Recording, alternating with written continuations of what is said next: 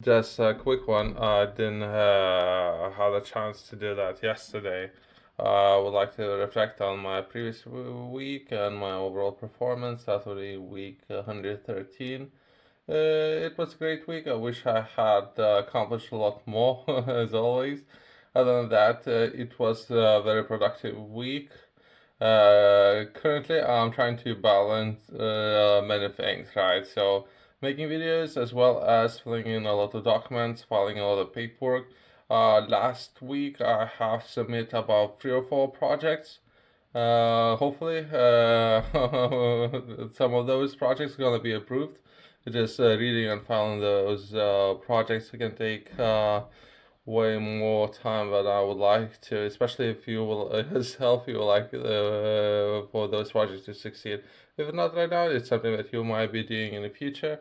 Just with many things, right? If you would like those for those things to be successful, that's very important. If anything, I would like to share some knowledge when it comes to projects and how you should fill in documents on the project. Some people might say that you need to fill in a very particular way. I would highly recommend you to find your own way and principles how you would file every project. And the same principles can be used on every project. But either way, this week, 114, we already finished with Monday. We're gonna progress to similar things. There's still a lot of documents, a lot of paperwork that I need to file.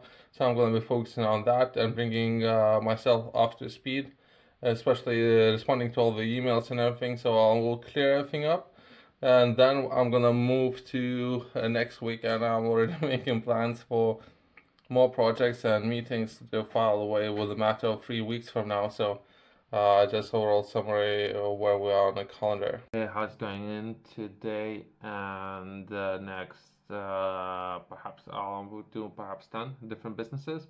I'm going to be looking at largest businesses operating in UK and some of the issues that those businesses looking to solve for consumers, large groups of individuals.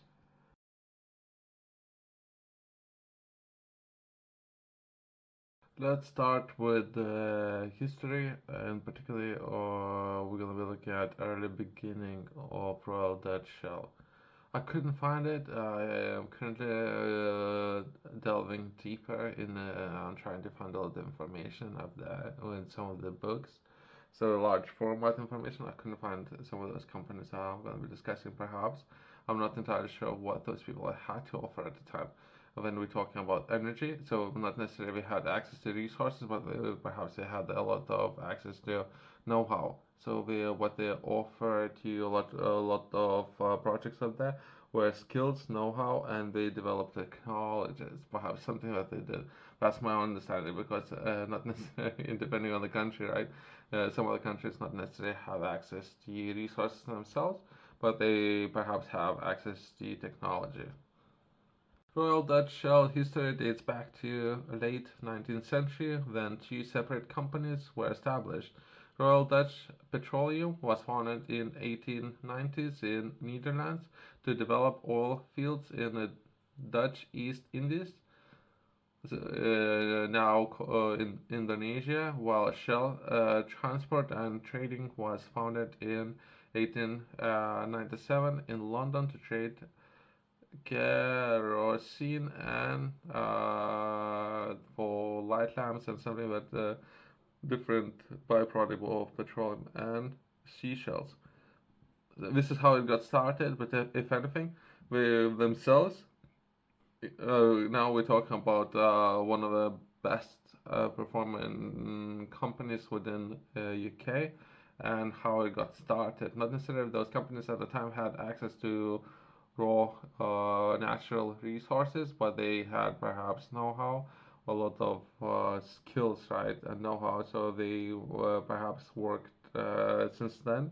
A lot of the time and finances and energy was spent on developing technology. Merger in 1907. The pivotal momentum in Shell's history occurred in 1907 when Royal Dutch Shell Group was founded as a result of a merger between the two companies. This merger created a single uh, unified company called Royal Dutch Shell because of the trade routes to East Indies compared to West Indies that was set up by Portugal. But either way, that's for people of that who are following the history, with the equal ownership split between Dutch and British interests, symbolizing the company's dual structure. So either way, uh, instead of competing, they decided to merge together, and perhaps something. I thought it would be different. I thought it would be perhaps Scandinavian countries. It's just kind of strange that they decided to merge with Dutch. British. It's strange that British decided to merge with Dutch, even though Dutch, in terms of finances, perform very well.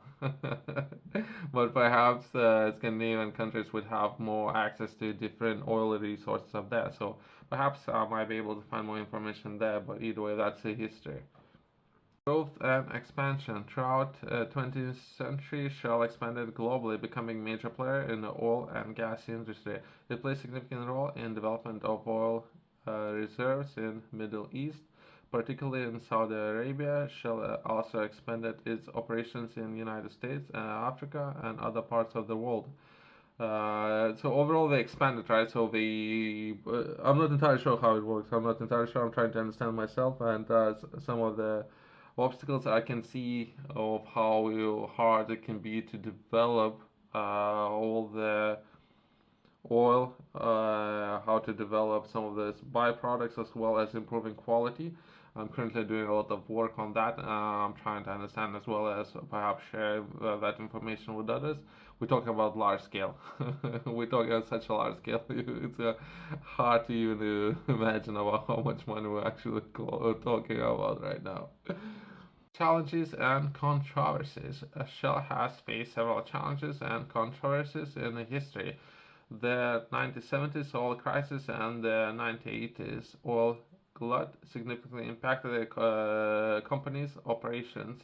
Moreover, Shell has been embroiled with environmental controversies such as Brand Spar incident in the North Sea, which I thought this is something that we're going to discussing.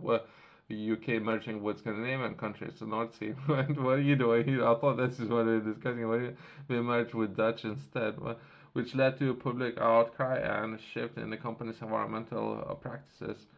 So either way, just to focus on challenges and controversies. So perhaps things can happen, right? Especially redefining, digging, pooling, everything what they're digging, what they're extracting, everything what they're doing, right? Sometimes it could be uh, thin, thin margins, right, from accidents. So hopefully, there would be in the future with the new technologies and the way how they defining and refining and pulling those resources off the ground, there should be more attention, I guess. So there's a finance up there, right? Perhaps. Either way. Let's take a look at some of the core values of the Shell. Corporate responsibility. Shell's core values include commitment to cooperation, responsibility, and sustainability. It has implemented people, planet, and profit approach. People, planet, profit. Sometimes there's five of those, but either way, they implemented three. Approach striving to balance economic growth and social and environmental responsibility. The company seeks to create positive impact on the communities and environments in which they operate. Safety. Safety is the top priority of the Shell. The company invests heavily in safety measures and continuously seek to reduce operational risks. Has implemented rigorous safety standards and protocols across its global operations, emphasizing goal zero. Interesting. This is how they're defining it. Approach with aim to zero harm to people and minimal environmental impact. So either way, so they're putting a lot of focus on that as well as perhaps workforce, right? So there's a lot of reasons why more businesses should focus on that. Shell is dedicated to innovate in energy production. It invests in research and development to develop clear and more efficient technologies. The company innovation efforts extend to areas such as carbon capture and storage.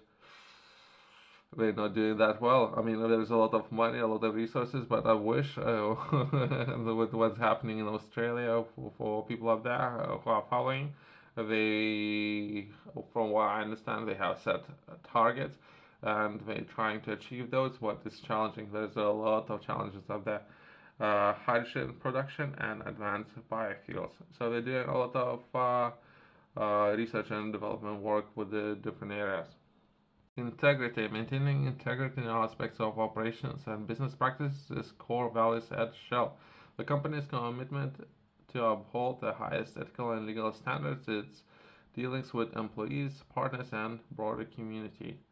If anything, I'm interested in how we're looking to expand and operate in more countries and how we deal with those, some of the pushback that they might receive. Let's take a look at revenue and profit. Shell was one of the world's largest oil and gas companies, reporting annual revenue in the hundreds of billions of dollars. It has continuously reported significant profits throughout. These figures can overall fluctuate with changes in energy prices and global economic conditions. Either way, so even right now, so it's one of the top. So I'm starting from a top down information that I managed to find. But if this figures changing all the time, so do your own research and trying to understand it. But if anything, currently, there's a lot of money, attention, profit, opportunities within different industries, and I'm looking to cover those as well as mention some of the top players currently within different industries and what they are doing perhaps right, I guess. Investment and capital expenditure. Shell allocate a substantial profit of its budget to investments in exploration, production, and renewable energy sources. These investments are a key part of Shell's strategy to adapt to evolving energy market trends and reduce its carbon footprint. I think I have seen it, some of the projects up there and opportunities up there. So once new technology has been discovered, how we can find those resources. So once it's find it, you might be interested or your country might be interested in finding a company who can extract those resources, right? And so they do operations administration. There might be some of the companies up there. So even with the advancement in some of the technologies, we can find more or better ways of finding those resources, as well as some of the companies up there who might be able to come in and extract those resources, right? So it's all these industries are constantly moving. So I have seen this opportunity perhaps 12 or 16 months ago. So, but they're all constantly looking. So perhaps there's not necessarily limited to that. Either you, myself, would be interested in some of those areas, or perhaps you looking to outsource if you have access to those resources. Perhaps you're interested to outsource that to other companies to do that. Debt and financing. Shell manages the debt and financing through a combination of bonds, bank loans, and equity offerings. The company capital structure is designed to support its operations while managing financial stability and flexibility. Quick fun story, right? Uh, then recently lockdowns came into effect, and there was a lot of platforms, right, where those platforms normally be located in the sea, just because lockdown has taken into effect, right? So it was up for grabs, and some of the companies up there bought a lot of those platforms for whatever use they might be interested in using, perhaps landing spaceships, right? I don't know about structure of those platforms because they can be flammable materials on those platforms if it's something that they're interested in doing. But there's opportunities up there, especially for noise pollution and how much energy and how much noise and everything might be created by launching anything off those platforms. Let's take a look at some of the competing companies. If anything, Shell faces competitors from major oil and gas companies such as ExxonMobil, Chevron, BP or British Petroleum, and Total Energies. perhaps it's way more companies out there, but either way, I just covered some of those.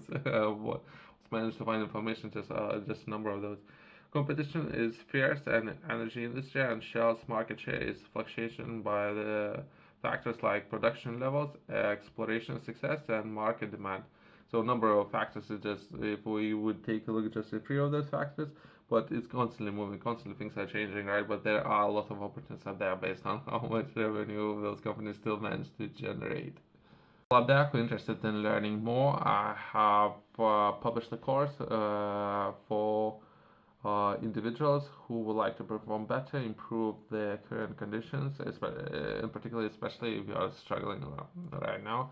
Perhaps you would like to make some changes instead of repeating the same or making the same decisions that you are making right now. If you are struggling, perhaps you might consider making changes to the way how you're operating and things that you're doing every single day to bring your attention to those areas. I have published a course. I have identified 12 different areas where to begin, where to start. That's a very fundamental course for people who like to optimize their time, set goals, achieve success. This course is published in a number of different formats. Feel free to reach out to me if you have any question. If not, you can find it on my company's website in the description below.